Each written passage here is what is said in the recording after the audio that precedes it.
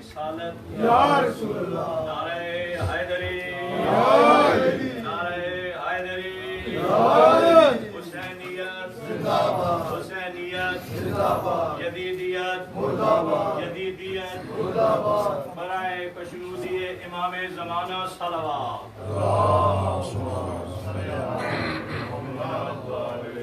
بسم اللہ الرحمن الرحیم الحمدللہ الذی جعلنا من المتمسکین بولایت امیر المؤمنین اللہم ایک نعبد و ایک نستعین الصلاة والسلام بتحیت والاکرام علی اشرف الانبیاء والمرسلین وأولادہ الطیبین الطاہرین المعصومین ثم الصلاة والسلام علی مخدومۃ نوع الانسان معصومۃ کل الزمان بلقیس حجرۃ تقدیس الجلال وآسیۃ عالم التکمیل والکمال بنت القلم والنون وسر بین الکاف والنون ودلیل ارادت کن فیکون وکتاب المکنون آیت اللہ العظمی وزوجت آیت اللہ الکبریٰ محافظۃ النبوہ وناشرۃ الولایہ ام الکتاب ام القرآن ام الانوار ام الائمہ ام المعصومین ام العلوم ام الہدیٰ ام الحسن ام الحسین ام المحسن و ام ابیہا الصدیقۃ المبارکہ الراضیۃ المرضیہ عالمۃ غیر معلمہ السیدہ صلوات اللہ علیہا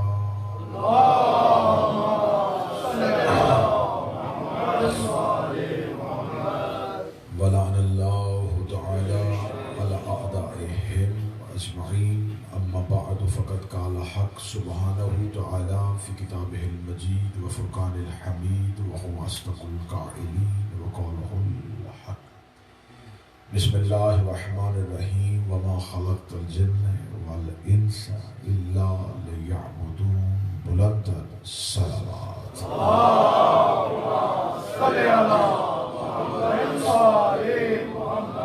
دعائے مالکان ذکر بندگان ذکر کا وارثان ذکر کی بارگاہ میں پیش ہونا قبول فرمائے آقا زادی مخدوم عالمیان آپ کو اس ذکر کے طفیل حاجات کو مستجاب فرمائے اس بیت الحزن میں آپ تمام کا اس دہلیز پہ آنا مخدوم عالمیان قبول فرمائے ہمارا خاتمہ بالعقیدہ بالایمان فرمائے وارث زمان کے ظہور میں تاجیل فرمائے دعائیں قبولیت تک پہنچائیں سہارا درود کر لیں مل کے بلند آواز سے صلوات پڑھیں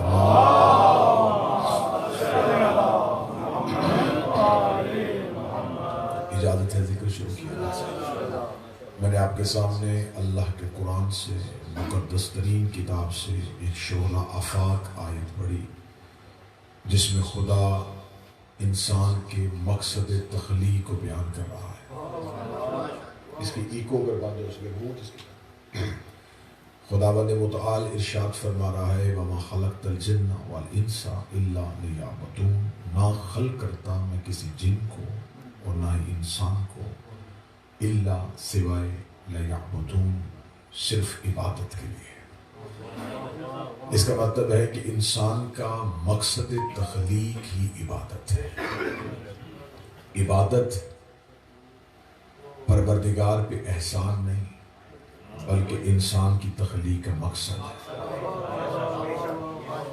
جب ہم عبادت کرتے ہیں تو ہم پروردگار کی حمد بجا لا کے اپنے تخلیق کے مقصد کو پورا کرتے ہیں کیونکہ یہ دو مجلسیں ہیں تو میں کوشش کروں گا کہ بالکل تیزی کے ساتھ ہم سفر کریں اور ان دو مجلسوں میں ہم پہلے یہ دیکھیں کہ عبادت کسے کہتے ہیں پھر یہ دیکھیں کہ عبد کسے کہتے ہیں پھر دیکھیں کہ عابد کسے کہتے ہیں اور پھر سمجھیں گے کہ زین العابدین کسے کہتے ہیں۔ جب تک ہم عبادت کو نہیں سمجھیں گے ہم تصور زین العابدین کو نہیں سمجھ سکتے۔ متوجہ ہے صاحب؟ بالکل موضوع میں رہوں گا اور کوشش مکمل ہوگی کہ اذہان عالیہ ایک بہترین سفر کر کے ہم بہترین نتیجے پہ پہنچیں۔ آئیے سب سے پہلے پروردگار کی بارگاہ میں پیش ہو کے پوچھتے ہیں کہ عبادت کہتے کسے ہیں؟ بے شک ہر مسلمان کا یہ عقیدہ ہے اور یہی ہونا چاہیے کہ عبادت صرف اور صرف اللہ کی ہوتی ہے، معبود اور کوئی نہیں ہے، عبادت صرف پروردگار کی ہے۔ لیکن جس پروردگار کی عبادت ہے وہ پروردگار سامنے نہیں آیا۔ تمہید میں تھوڑا ساتھ دیجیے گا، وہ خدا سامنے نہیں آیا۔ اس خدا نے ہمیں کیسے پتا چلے کہ وہ خدا کہاں ہے؟ خدا نے قرآن میں کہا نحن اقرب الیہ من حبل الورید، ہم تمہاری شہرک سے زیادہ قریب ہیں۔ نوجوان زیادہ ہیں تو میں اس لیے کوشش کروں گا کہ بہترین نتیجہ آج کی گفتگو۔ خدا کہتا ہے کہ ہم تمہاری شہرک سے زیادہ قریب ہیں۔ جس چیز کو آپ قریب مانے، درود سارے حضرات مل کے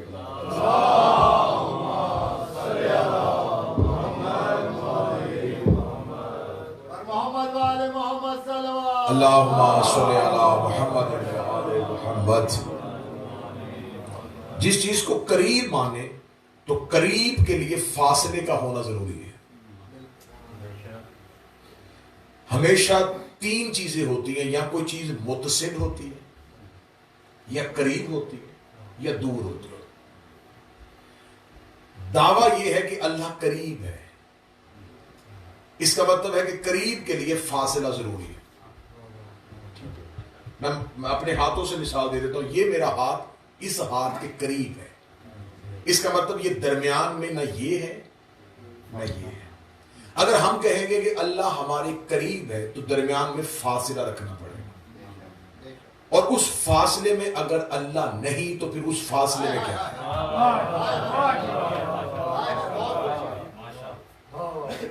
قریب کے لیے فاصلہ ضروری ہے، اور اگر وہ فاصلے میں نہیں تو وہ کون سا خدا ہے جو ایک جگہ پہ ہے اور دوسری جگہ پہ نہیں ہے؟ اگر ہم کہیں کہ وہ خدا اتنا دور ہے کہ ہمیں نظر نہیں آتا، تو اگر ہم یہ تصور کریں گے کہ وہ آسمانوں پہ ہے تو پھر زمینوں پہ کون ہے؟ اگر ہم کہیں گے کہ وہ کبھی آسمان پہ ہوتا ہے تو کبھی زمین پہ ہوتا ہے تو ہم تغیر کے قائل ہو جائیں گے، حرکت کے قائل ہو جائیں گے۔ تو جب وہ آسمان سے زمین کی طرف آتا ہے تو جو جگہ وہ چھوڑتا ہے وہاں کون ہوتا ہے؟ اگر ہم کہیں گے کہ وہ ایک جگہ پہ رکا ہوا ہے تو پھر ہم جمود کے قائل ہو جائیں گے، وہ ساکن بھی نہیں ہے۔ اگر ہم کہیں گے وہ ہر جگہ میں آ جاتا ہے پھر ہم حلول کے قائل ہو جائیں گے۔ نہ وہ جمود میں ہے، نہ وہ حلول میں ہے، نہ وہ حرکت میں ہے، نہ وہ قربت میں ہے، تو پھر وہ ہے کہاں؟ عبادت تو تب سمجھ میں آئے گی نا جب پہلے یہ پتا چلے کس کی عبادت کر رہے ہیں، وہ ہے کیا۔ معصوم فرماتے ہیں کہ بعض اوقات بندے اپنے ذہن میں خدا کا ایک تصور رکھ لیتے ہیں، جبکہ وہ خدا نہیں ہوتا، ان کے ذہن کا بت ہوتا ہے، اور پھر وہ ساری زندگی اس بت کی پوجا کرتے رہتے ہیں۔ تو ہم نے بت کی پوجا نہیں کرنی، تصور خدا کو سمجھنا ہے کہ وہ اللہ پھر ہے کیا۔ وہ قربت میں نہیں ہے، وہ دوری میں نہیں ہے، وہ جمود میں نہیں ہے، وہ حلول میں نہیں ہے، تو پھر وہ خدا کہاں ہے؟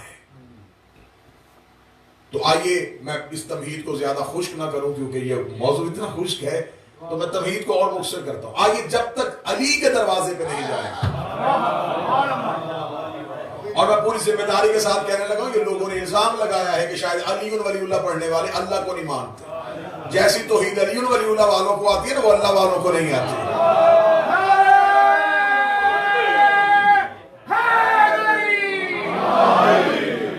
جیسی توحید علی ولی اللہ والوں کے پاس ہے وہ اللہ والوں کے پاس ہے۔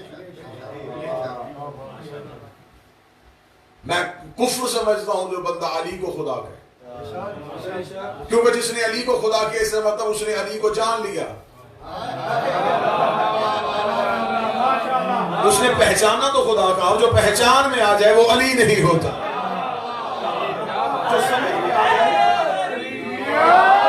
جو شعور میں آ جائے وہ علی نہیں ہوتا. تصور خدا کیا ہے؟ تو پہلے میں توحید پرستوں سے مخاطب ہوں.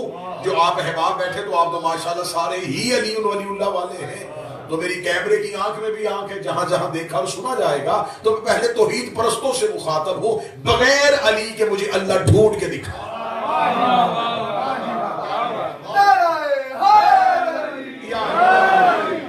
دو دن نہیں، آج اور کل کا دن تو یہاں ہوں نا، تو تب تک تو میں جسمانی زمانہ دیتا ہوں. جب تک یہاں ہوں، جب بھی بلاؤ گے پھر دوبارہ آ جاؤں گا. بغیر علی کے مجھے خدا ڈھونڈ کے دکھا. پوری ذمہ داری سے ایک لفظ کہہ رہا ہوں، کسی نبی نے توحید پہ خطبے نہیں دیے. بتایا ہے کہ اللہ ہے، خطبہ نہیں دیا. کسی نبی کا خطبہ دکھاؤ. آدم نے توحید پہ خطبہ دیا ہو، نوح نے توحید پہ خطبہ دیا ہو، ابراہیم نے توحید پہ اپنی امتوں کو بتایا ہے کہ اللہ کو مانو. خطبہ نہیں توحید پہ دیا. حتیٰ کہ سید المرسلین نے بھی توحید پہ خطبے نہیں دیے. توحید پہ خطبے دیے ہیں تو میرے مولا نے دیے. اب ذہن میں کبھی فہمی نہ رکھنا کہ ذہن میں یہ آئے کہ شاید آپ نے اس کا مطلب یہ بتایا ہے کہ انبیاء کے پاس معاذ اللہ معرفت توحید نہیں تھی تو علی کے پاس تھی. نہ میرا کہنے کا مقصد تھا نہ آپ یہ سوچئے گا. کہنے کا مقصد بھی اور ہے اور سوچئے گا بھی اور. کیونکہ آدم پہ کسی کو اللہ ہونے کا شک نہیں ہوا تھا. نہیں، آپ مخاطب نہیں ہیں. نوح کو کسی نے اللہ نہیں کہا تھا، ابراہیم کو کسی نے خدا نہیں کہا تھا، حتیٰ کہ نبی کو بھی کسی نے خدا نہیں کہا تھا. پہلی بار کائنات میں کہا گیا تو علی کو خدا کہا گیا. جسے خدا کہہ رہے تھے وہ کوفے کے منبر پہ توحید میں خطبے دیتا گیا اور دنیا کو بتاتا گیا یہ علی اور ہے، وہ علی اور ہے.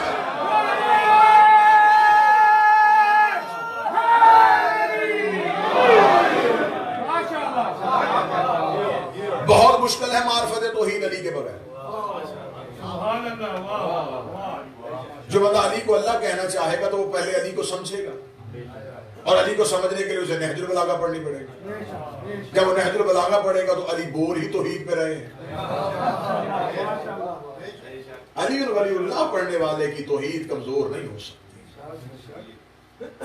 اب آئیے امیر المومنین کے پاس جا کے پوچھتے ہیں کہ اے علی آپ بتائیے کہ اللہ کہاں ہے. میرے مولا کا فرمان سنو. مولا فرماتے ہیں من عرف نفسہ فقد عرف ربہ. جس نے اپنے آپ کو پہچانا سمجھو اس نے رب کو پہچان لیا. آج کی مجلس تھوڑی تمہید پہلی ہے. مولا امیر المومنین فرماتے ہیں رب کی پہچان کرنے سے پہلے نفس کی پہچان. جس شہنشاہ کی نسبت ہے مجلس کے ساتھ صحیفہ سجادیہ اٹھا کے دیکھیں. سب سے زیادہ حکم دعائے معرفت اللہم عرفنی نفس. میرے اللہ مجھے میری نفس کی معرفت عطا فرما. اب آپ کہیں کہ نفس کی معرفت کیا، تو آگے سمجھے نفس کی معرفت کیا. اللہ ڈھونڈنے والے پہلے اپنی ذات کو ڈھونڈے. پہلے آپ اپنی ذات کو لوکیٹ کریں کہ آپ کی ذات خود کہاں ہے. چلے میں اپنی مثال دیتا ہوں. اگر کوئی مجھے کہے کہ آپ کہاں ہیں تو یہ میرا بدن ہے، میری ذات نہیں. کیوں؟ آپ کہیں گے جی کیسے ذات کیوں نہیں؟ یہ میری آنکھیں ہیں، میری آنکھیں. وہ جس کی آنکھیں ہیں وہ کہاں ہے؟ اب سر نہ ہلائیں، زبان کو زحمت کیجیے. یہ میرا چہرہ ہے. میں کدھر؟ میرے ہاتھ، میرا جسم، آصف میرا نام. اور آپ کہیں گے جو اندر آپ کے بول رہی ہے وہ بھی میری روح ہے. تو وہ میں کہاں؟ اس کا مطلب ہے کہ خدا نے انسان کو اس کی ذات میں گم کر دیا ہے، اور گم کر کے بتا دیا کہ جب تجھے اپنا ہی پتہ نہیں چل رہا، جب تجھے یہ ہی نہیں پتا کہ تو کہاں ہے. میرے اندر میری ذات ہے اور مجھے پتہ نہیں چل رہا کہ میری ذات کہاں ہے. میں جہاں بھی تعارف کرواتا ہوں میں یہ کہتا ہوں کہ میں نے اس سے ہاتھ ملایا، میری آنکھیں ہیں، میرا چہرہ ہے، میرا سینہ ہے، میری جسم ہے، میری روح ہے، وہ جس کا سب کچھ ہے وہ کہاں ہے؟ تو اس کا مطلب میں بات آسان کرنے لگا ہوں، بالکل سروں کو آپ بالکل میری طرف متوجہ رکھیے گا۔ اس کا مطلب ہے کہ جس نے میری ذات کو ڈھونڈنا ہے، میری ذات کہیں نہیں ملے گی، میری ذات کہیں مادی صورت میں نہیں ہے، میری ذات کو ڈھونڈنے والا اگر میرے بدن کو پا لے تو سمجھو اس نے میری ذات کو پا لیا۔ اگر اس نے دیکھنا ہو کہ میں ناراض ہوں تو میرا چہرہ دیکھے گا، اگر میرا چہرہ کھل گیا تو وہ سمجھے گا کہ یہ خوش ہے، اگر چہرے پہ ناراضگی دیکھی وہ سمجھے گا اس کی ذات ناراض ہے۔ اس کا مطلب ہے کہ ذات کا خوش ہونا بھی چہرے سے پہچانا جاتا ہے، ذات کا ناراض ہونا بھی چہرے سے پہچانا جاتا ہے۔ اللہ کو سجدوں میں راضی کرنے سے پہلے یہ تو بتاؤ وجہ اللہ کسے کہتے ہیں، عین اللہ کسے کہتے ہیں؟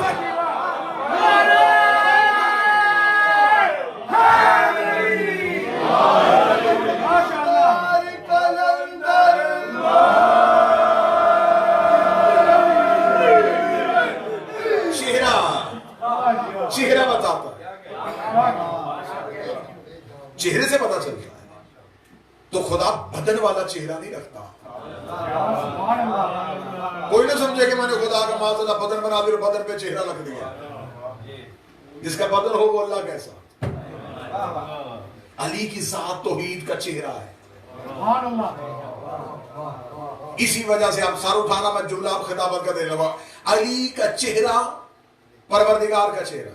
اب نبی کی حدیث سمجھ میں آئی، علی کا چہرہ دیکھنا عبادت ہے۔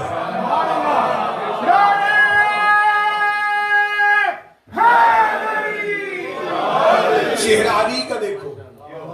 ایک بندے نے مولا امیر المومنین سے آگے پوچھا تھا، مولا عبادت کس کی ہوتی ہے؟ فرمایا اللہ کی۔ اس نے کہا اللہ کے سوا کسی کی عبادت نہیں؟ فرمایا ہو ہی نہیں سکتی۔ اس نے کہا جب اللہ کے سوا کسی کی عبادت نہیں ہو سکتی تو پھر رسول نے یہ کیوں کہا کہ علی کا چہرہ دیکھنا عبادت ہے؟ رسول یہ کہہ دیتے علی کا چہرہ دیکھنا ثواب ہے، علی کا چہرہ دیکھنا اجر ہے، علی کے چہرہ دیکھنا فضیلت ہے۔ رسول نے کہہ دیا علی کا چہرہ دیکھنا عبادت ہے، عبادت صرف اللہ کی ہوتی ہے۔ اب یا علی میرا سوال یہ ہے کہ جب تیرا چہرہ دیکھیں گے تو عبادت تیری ہوگی یا اللہ کی ہوگی؟ اگر عبادت تیری ہوئی تو پھر وہ معبود کیسا؟ اس کا مطلب ہے تو اس کا شریک بن گیا۔ علی مسکرا کے فرماتے جاہلوں جیسے سوال نہ کر، اگر چہرہ میرا ہے تو میری عبادت ہے، اگر چہرہ اللہ کا ہے تو اللہ کی عبادت۔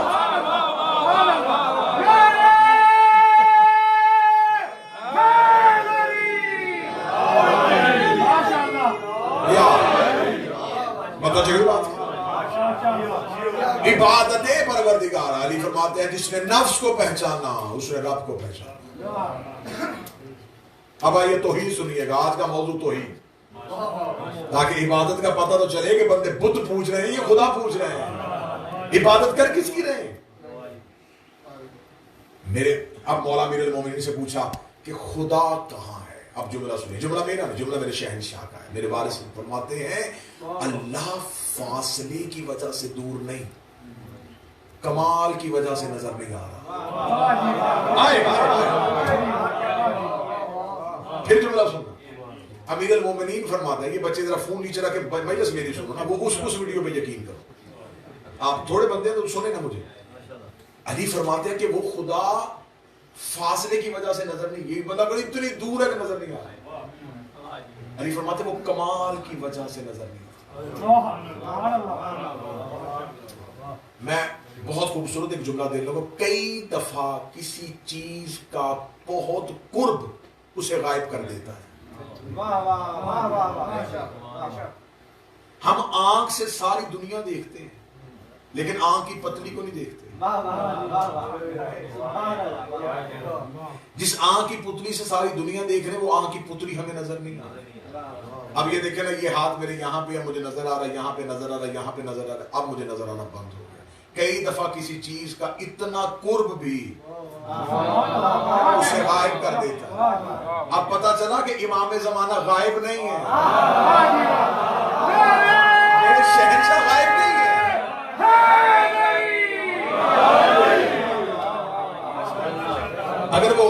اگر ہم انہیں غائب سمجھ جائیں گے تو پھر حاضر کون ہے؟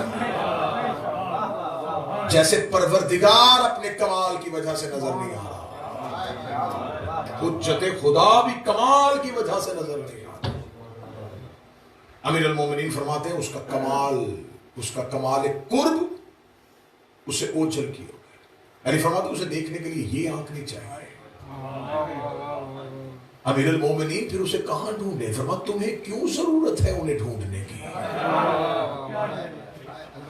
تم اسے کیوں ڈھونڈنا چاہتے ہو؟ کیا کرنا چاہتے ہو؟ اب جب ہم نماز پڑھتے تو نماز کے لیے کیا عبادت کس چیز کا نام؟ عبادت جب بھی آپ کہیں گے جی عبادت کرو، سب سے پہلا تصور کیا آئے گا؟ نماز. نماز کے لیے اٹھتے ہیں، فجر کی نماز 2 رکعت نماز فجر پڑھتا ہوں قربتاً الی اللہ.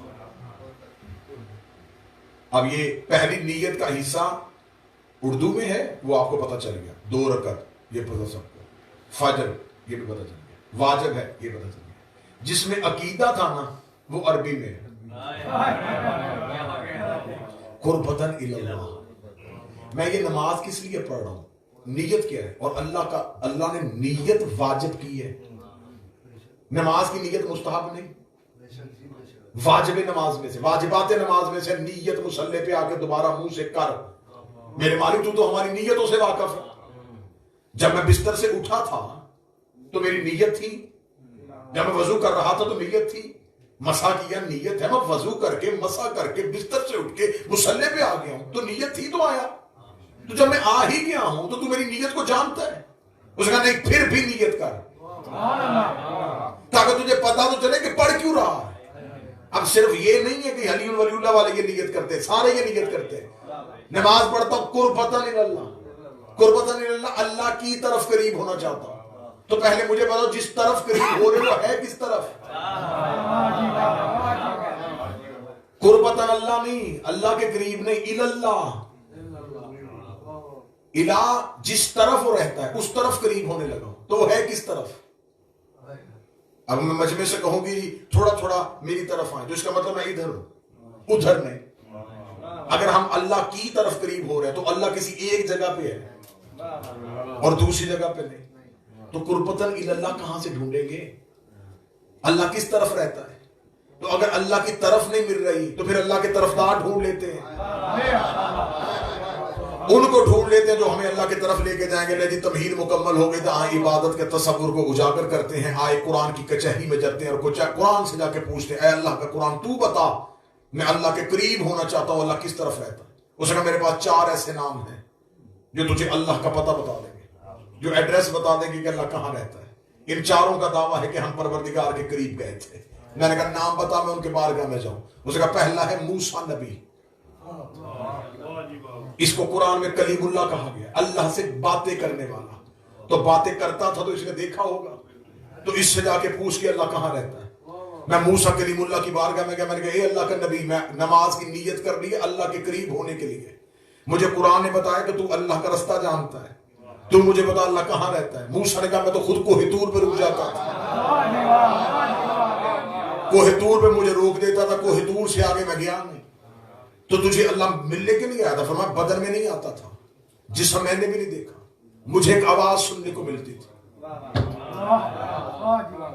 اس کی آواز آتی تھی، میرے جوتے اتروا دیتا تھا، شانے جھکا دیتا تھا، وادی مقدس میں کھڑا کر دیتا تھا، مجھ سے مخاطب ہو جاتا تھا، میں باتیں کرتا تھا، مجھے جواب دے دیتا تھا، میں سن کے گھر آ جاتا تھا، قوم کو بتا دیتا یہ باتیں مجھ سے اللہ نے کی ہیں. میں نے کہا وہ اللہ جہاں سے باتیں کرتا تھا وہ کون تھا؟ اس نے کہا ایک شجر تھا جس سے اللہ بولتا تھا. اب بھی قرآن میں پر ملا ایک شجر تھا جس سے اللہ بولتا تھا. میں نے کہا وہ کون سا شجر تھا؟ جس بھی قرآن کے مفسر نے ترجمہ لکھا اس نے کہا ایک شجر، شجر کے نیچے آگے انڈر بریکٹ کر دیا ایک درخت تھا جس سے اللہ بولتا تھا. میری سمجھ میں نہیں آیا کہ وہ اللہ جو درخت میں آ گیا وہ موسیٰ میں کیوں نہیں آیا؟ اگر وہ درخت میں آ سکتا تھا وہ موسیٰ میں کیوں نہیں آ سکتا تھا؟ وہ کہتے نہیں جی وہ کسی درخت سے بولتا تھا. پھر مجھے بتاؤ وہ کس چیز کا درخت تھا؟ وہ کیکر کا تھا، وہ بیری کا تھا، وہ سیسم کا تھا. آج ہم اس درخت کو عبادت کے لیے اپنے گھروں میں لگائیں کہ یہ ہے وہ شجر جس سے اللہ بولتا تھا. ہم اس کے پتے مریضوں کو کھلائیں کہ یہ ہے وہ درخت جس سے اللہ بولتا تھا. جس نے بھی ترجمہ لکھا شجر سے بولا، شجر سے بولا، شجر سے بولا. یہ کسی نے بھی بتایا کس شجر سے بولا؟ جب پہلی بار نجف گیا اور امیر المومنین کی زیارت کی کتاب اٹھائی اس میں جملہ آ گیا السلام علیکہ یا شجرۃ النداء، اے بولنے والے شجر تجھ پہ ہمارا سلام.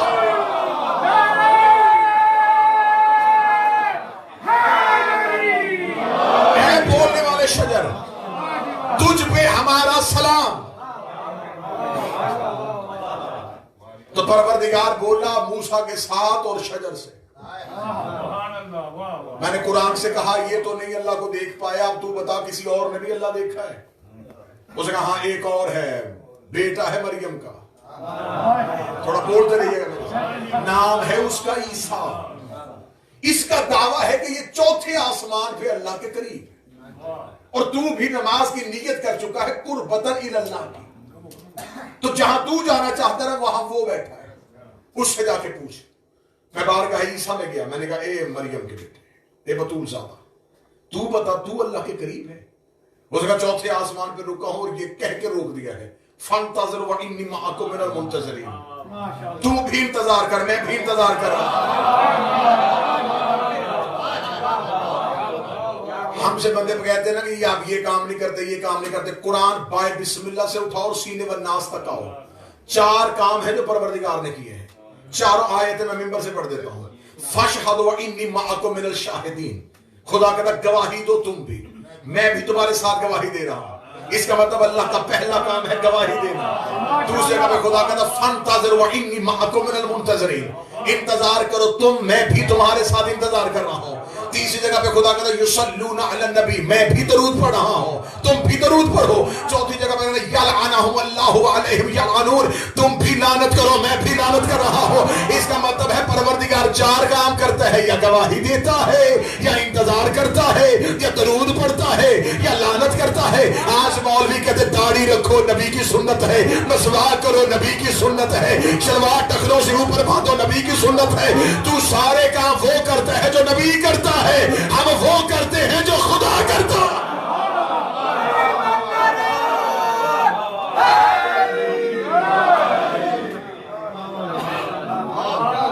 عیسیٰ چوتھے آسمان پہ، موسیٰ طور پہ، موسیٰ سے بھی قرب نہیں ملا، عیسیٰ سے بھی قرب نہیں ملا۔ میں قرب پروردگار دکھاؤں تاکہ عبادت سمجھ میں آئے۔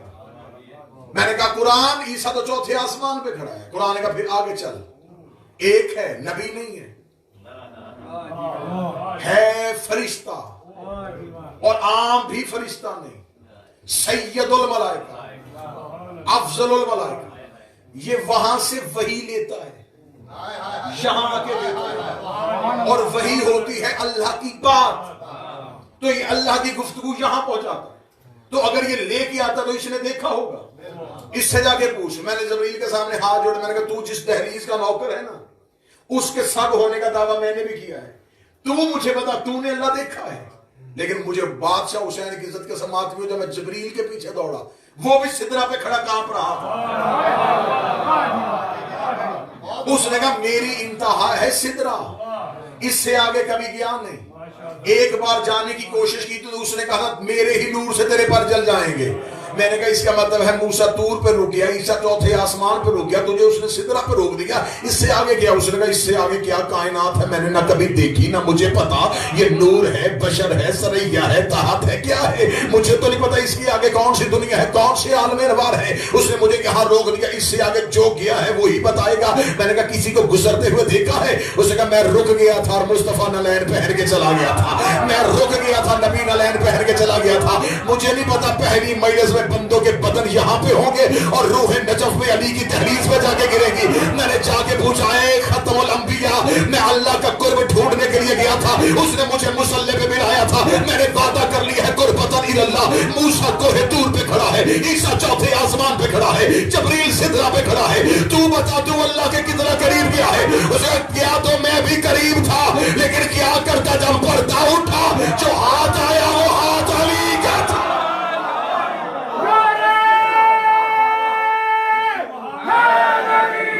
وہ جو دست آیا تھا وہ دست علی تھا۔ اس کا مطلب قربت مصطفیٰ میں بھی علی ہے۔ اس سے تو کسی نے انکار نہیں کیا نا۔ یہ تو صرف ہم ہی فضائل نہیں پڑھتے، یہ تو سارے پڑھتے ہیں نا کہ معراج کے پردے میں کوئی آواز آئی تھی، کبھی بھی علی کا نام نہ لیتے، لیکن مجبوری تھی، کس کو بٹھاتے؟ آواز آئی علی کی۔ اس کا مطلب لہجہ پروردگار۔ اچھا اللہ علی کے لہجے میں بولے تو اعتراض، درخت میں بولے کوئی اعتراض نہیں،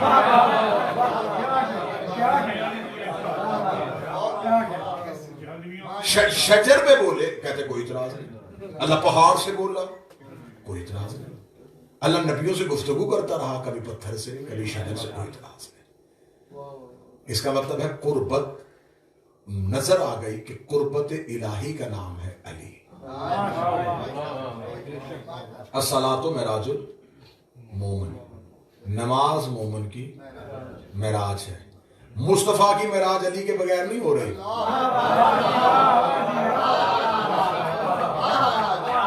معراج مصطفیٰ میں علی شامل ہے۔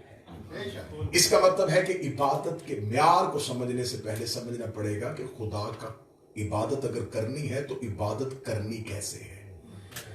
معصوم سے کسی نے پوچھا مولا ہم نے اسے کہا نہیں کہ وہ ہمیں خلق کرے اور اسے ہماری عبادت کی ضرورت نہیں، تو پھر وہ کرواتا کیوں ہے؟ یہ سوال کسی مولوی سے نہیں، مولا کی بارگاہ میں۔ ہم نے کہا نہیں کہ خلق کر، اسے ضرورت نہیں عبادت کی، خلق کی۔ جملہ سننا اور جملہ بتائے گا کہ میں کسی معصوم کی زبان سے نکلا ہوں۔ مولا فرماتے اس کا تمہیں خلق کرنا بالکل ایسے ہی ہے جیسے کوئی سخی ہو اور مانگنے والا نہ ہو، جیسے کوئی سخاوت کرنا چاہے اور مانگنے والا نہ ہو۔ اسے کا مولا سمجھ رہے ہیں، مولا فرمایا سن العبادت فرع المعرفہ، عبادت معرفت کی شاخ ہے۔ اگر عبادت کے پیچھے معرفت نہیں کچھ نہیں۔ ایک دن کی 5 نمازیں 6 لاکھ نوری سال عبادت کی تھی ابلیس نے بغیر معرفت کے، ٹھیک ہے، اور جسے سجدہ کروایا تھا اس نے خود ایک بھی نہیں کیا۔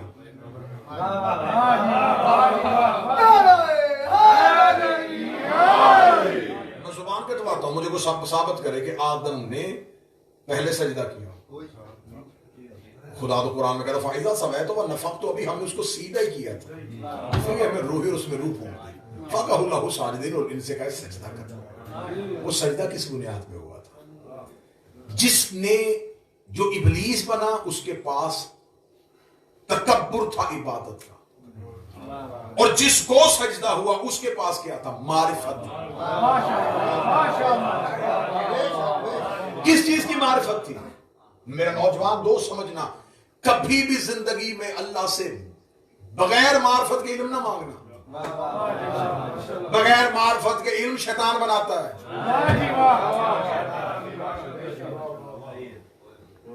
امیر المومنین آج بندے کہہ دے رہے ہیں یہ بندہ اہل علم، یہ بندہ، علی فرماتے علم کی 3 بلشت ہے۔ امیر المومنین کہتے ہیں علی فرماتے جس کے پاس ایک بلشت آیا وہ مغرور ہو گیا۔ یہ میرا نہیں ہے کلیہ، مولا کا فرمان۔ مولا فرماتے جس کے پاس ایک بالشت علم آیا وہ مغرور ہو گیا، جس کے پاس 2 بالشت آیا وہ عاجز ہو گیا، جس کے پاس 3 بالشت آیا وہ جان گیا کہ میں کچھ بھی نہیں جانتا۔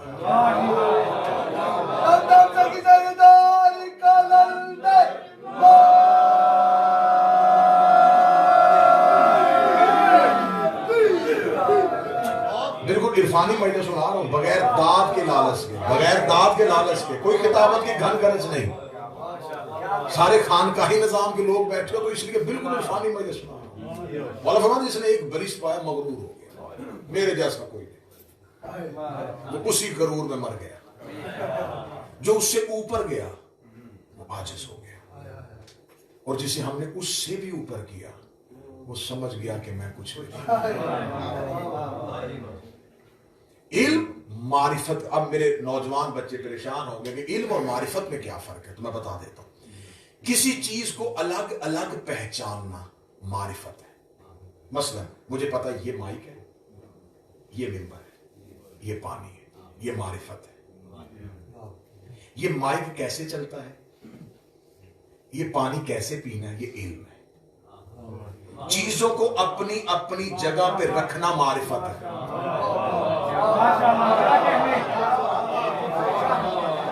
کس کو کہاں کیا ماننا ہے۔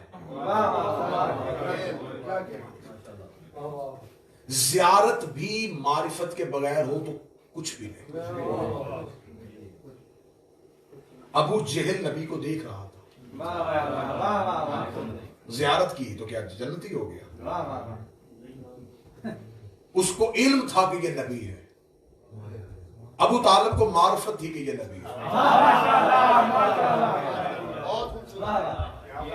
9 لاکھ دیکھ رہے تھے یہ حسین رسول کا بیٹا، ان کے علم میں کمی نہیں تھی، انہیں علم تھا، حافظان قرآن علم تھا، حر کو معرفت تھی۔ معرفت اور ہے، چلے میں معرفت کی ایک مثال بتا دوں۔ ایک شخص آیا جی مولا امیر المومنین کے پاس، کہنے لگا مولا مجھے آپ سے محبت ہو گئی ہے۔ مولا فرماتے ہیں معرفت کے ساتھ ہوئی ہے؟ علی مولا کے معجزات دیکھ کے تو کئی محب ہو جاتے تھے، مولا فرمایا معرفت بھی ہوئی ہے یا محبت ہوئی ہے؟ کہنے لگا مولا معرفت کسے کہتے ہیں؟ مولا فرماتے ہیں کس کس سے محبت کرتا ہے؟ کہتا ہے اللہ سے محبت کرتا ہوں، آپ سے محبت کرتا ہوں۔ علی فرماتے ہیں دونوں میں سے ایک رکھ۔ آپ ذرا بادشاہوں کے امتحان دیکھنا، دونوں میں سے ایک رکھ، ایک نکال۔ سوچ میں پڑ گیا کس کی نکال؟ چپ خاموش مولا کے پاس گئے، مولا فرماتے ہیں ہاں بول، جلدی بول، ایک محبت رکھ، ایک نکال۔ خاموش ہے، مولا فرمایا چل سوال کا جواب لے کے جا۔ اٹھ گیا، چلا گیا، آبادی سے نکل گیا، صحراؤں میں چلا گیا، صحرا میں سوال کا جواب ڈھونڈا، سامنا کیسے کروں علی کا؟ شہر میں جاؤں گا تو امیر المومنین کے پاس جاؤں گا، مولا کے سامنے جاؤں گا تو سوال سامنے کھڑا ہوگا، کس کی محبت نکالی؟ کس کی نکالوں؟ اللہ کی یا علی کی؟ بے چین پھر رہا تھا، یہ 30 دن ایک شخص قریب سے آواز دی، بندہ خدا کہاں جا رہا ہے؟ کیوں؟ کہنے لگے ایک سوال کا جواب دے۔ کس سوال کا جواب؟ کہنے لگے ایک سوال کا جواب ہے جس نے مجھے بے چین کر دیا ہے، میری روح تڑپ رہی ہے، مجھے کوئی جواب نہیں مل رہا۔ جو بھی اس نے کہا نا میرے ذہن میں کوئی سوال ہے۔ وہ شخص قریب بیٹھا، جلدی سے اپنا ٹوکرا کھولا، اندر سے کھجور نکالے، کہتا کھجور کھا۔ کہتا میں نے تجھ سے سوال پوچھا ہے تو مجھے کھجور کیوں کھلا رہا؟ اس نے کہا میرا نام ہے میثم تمار۔ نہ جملہ پڑھو، بشار کے والوں یقین سے پڑھو، میرا نام ہے میثم تمار، نوکر ہوں میں امیر المومنین کا، روزانہ گزرتا ہوں مولا کا سلام کر کے چلا جاتا ہوں کھجوریں بیچنے کے لیے۔ آج جا رہا تھا تو علی نے روک لیا، کدھر جا رہا ہے؟ میں نے شہر بتایا، فرمایا ادھر نہ جانا، اس صحرا کا رخ کر، یہاں ایک بے چین بدن پھر رہا ہوگا، اسے اپنی کھجوروں میں سے ایک کھجور کھلا دینا تاکہ میرے نوکر کی کھجور سے اسے کچھ معرفت ہو جائے۔ جیسے ہی میثم کی دی ہوئی کھجور اس کے حلق میں آ کے رکھی آنکھیں بند کر کے کھولی، امیر المومنین کی بات یا علی جواب مل گیا۔ علی فرماتے کس کی محبت نکال کے ہے؟ کہتا کس کی نکالوں؟ دونوں کی محبت ایک ہی تو ہے، اس کی محبت۔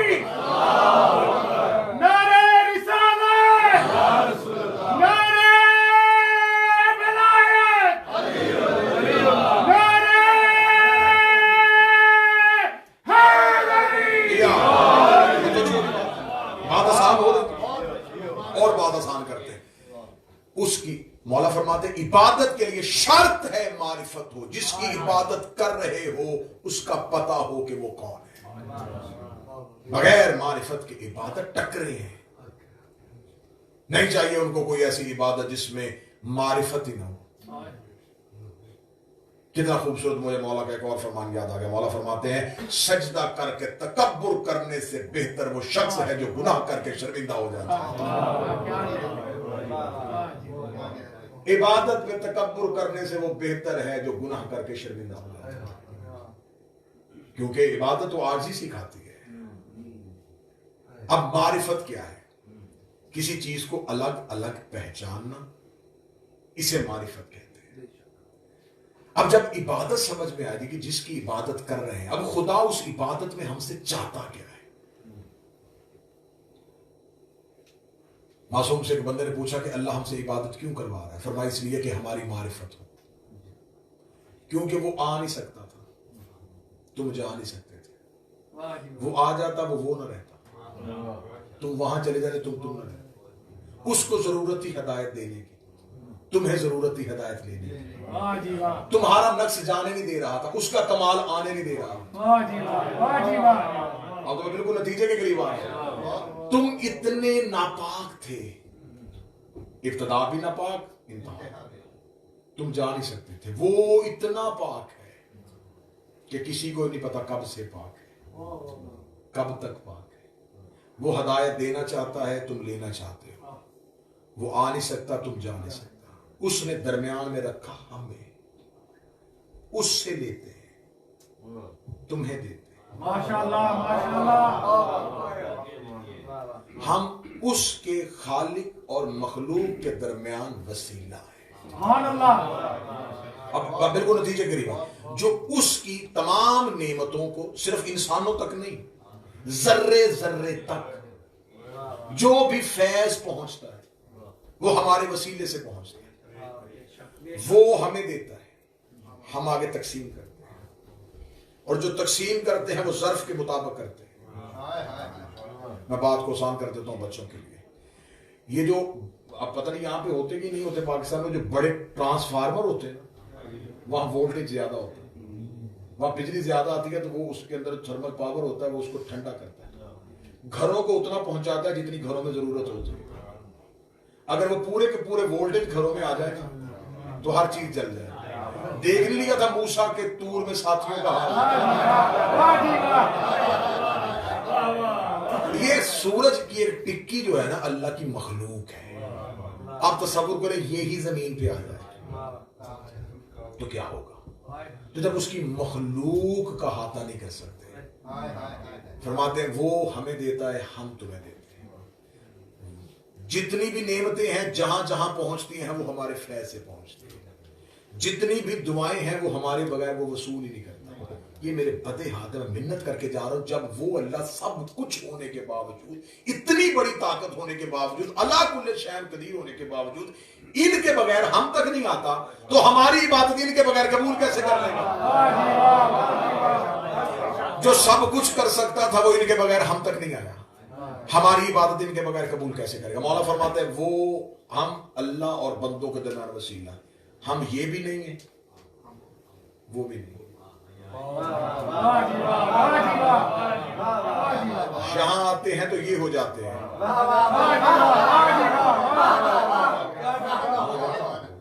ہیں وہ بھی نہیں، ہیں یہ بھی نہیں۔ اللہ میں اور ان میں ایک تعلق ہے، وہ بتاتا ہے کہ ان کی معرفت کرو، یہ کہتے ہیں کہ اس کی عبادت۔ ماشاءاللہ ماشاءاللہ، وہ معرفت سکھا رہا ہے، یہ عبادت سکھا رہا ہے۔ ہمیں تو پتہ ہی نہیں تھا فجر کی 2 ہیں، ظہر کی 4 ہیں، عصر کی 4 ہیں، مغرب کی 3 ہیں، ہمیں پتہ نہیں ہوتا سحری کس ٹائم ہوتی ہے، انہوں نے بتایا یہ عبادت ایسے کرنی ہے، یہ ایسے کرنی ہے، یہ ایسے کرنی ہے، اس کو جھکنا ہے۔ انہوں نے بتایا کہ عبادت کیا ہے، اس نے بتایا ہے کہ تعظیم کیا ہے۔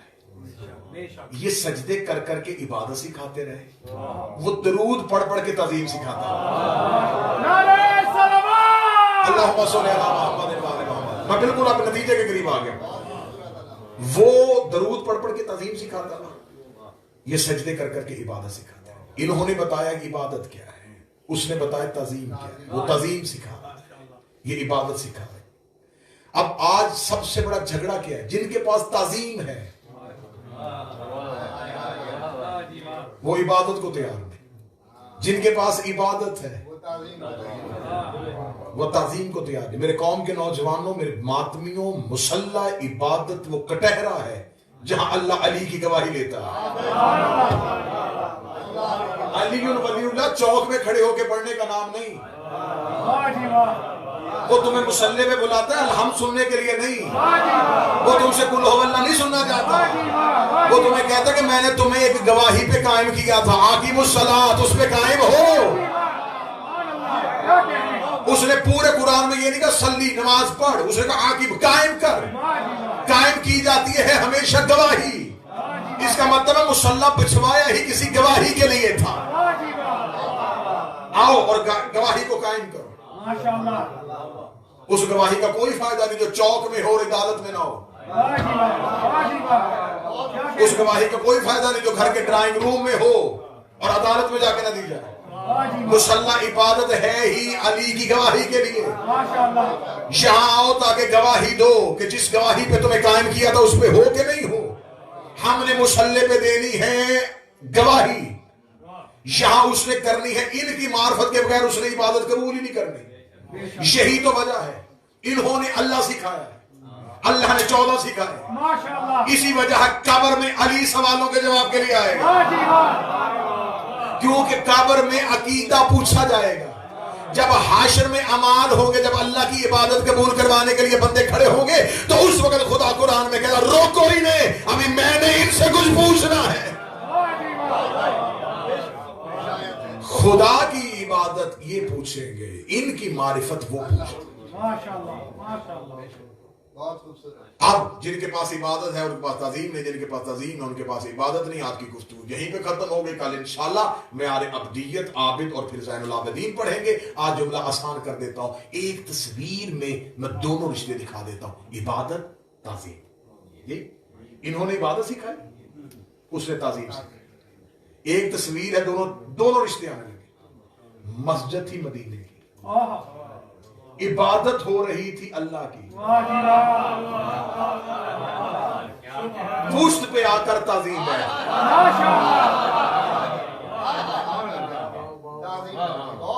یہ کوئی کھیل نہیں ہوا تھا, کوئی نہ سمجھے کوئی یہ کھیل ہوا تھا کہ اچانک حسین آ گئے. وہ جو رکا ہے وہ بھی وہیں سے رکا ہے, وہ جو آ رہے ہیں وہ بھی وہیں سے آ رہے ہیں. انہیں روکا بھی وہیں سے گیا, انہیں بھیجا بھی وہیں سے گیا. کہاں تھے رسول؟ قیام میں, رکوع میں, سجدے میں. حسین قیام میں کیوں نہیں آئے؟ حسین رکوع میں کیوں نہیں آئے؟ انتظار تھا پروردگار کو بھی سجدے کا. اور یہ صرف پروردگار کا نہیں, یہ اللہ اور مصطفیٰ کا مشترکہ منصوبہ تھا.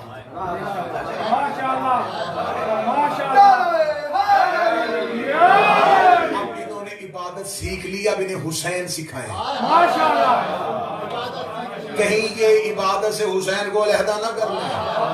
این سجدے کی حالت میں حسین صفوں کو چیرتے ہوئے پشت رسول پہ آئے, پوری ذمہ داری کے ساتھ. لاکھوں دفعہ آپ نے سنا ہوا یہ واقعہ دہرا کے وقت ضائع نہیں کرنا. حسین پشت پہ آ کے بیٹھ گئے, یہ سب نے پڑھا پشت پہ بیٹھ گئے. پوچھو تو صحیح بیٹھے کہاں تھے, کیسے بیٹھے تھے؟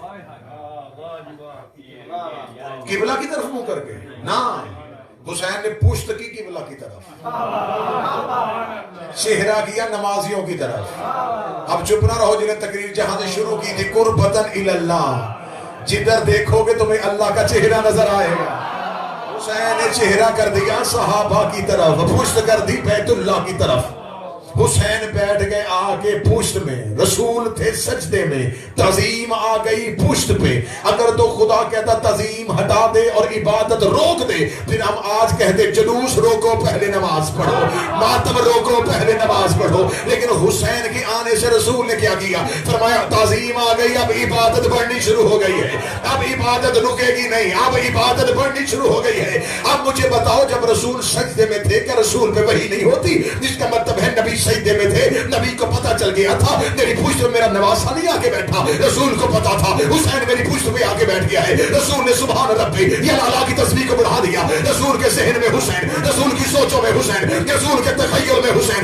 اس کا مطلب رسول کے ذہن میں حسین تھا اور نماز ہو رہی تھی, سوچوں میں حسین تھا اور نماز ہو رہی تھی. آج کہتے ہیں ماتم روکو, ہماری نماز خراب ہو رہی ہے. جلوس روکو, ہماری نماز خراب ہو رہی ہے. نام حسین سے نبی کی نماز کا ہو جانا, تیری نماز کا ٹوٹ جانا, اس بات کی دلیل ہے یہ نماز اور ہے, وہ نماز اور. لبیک یا حسین, لبیک یا حسین, لبیک یا حسین, لبیک یا حسین, لبیک یا حسین, یا حیدری.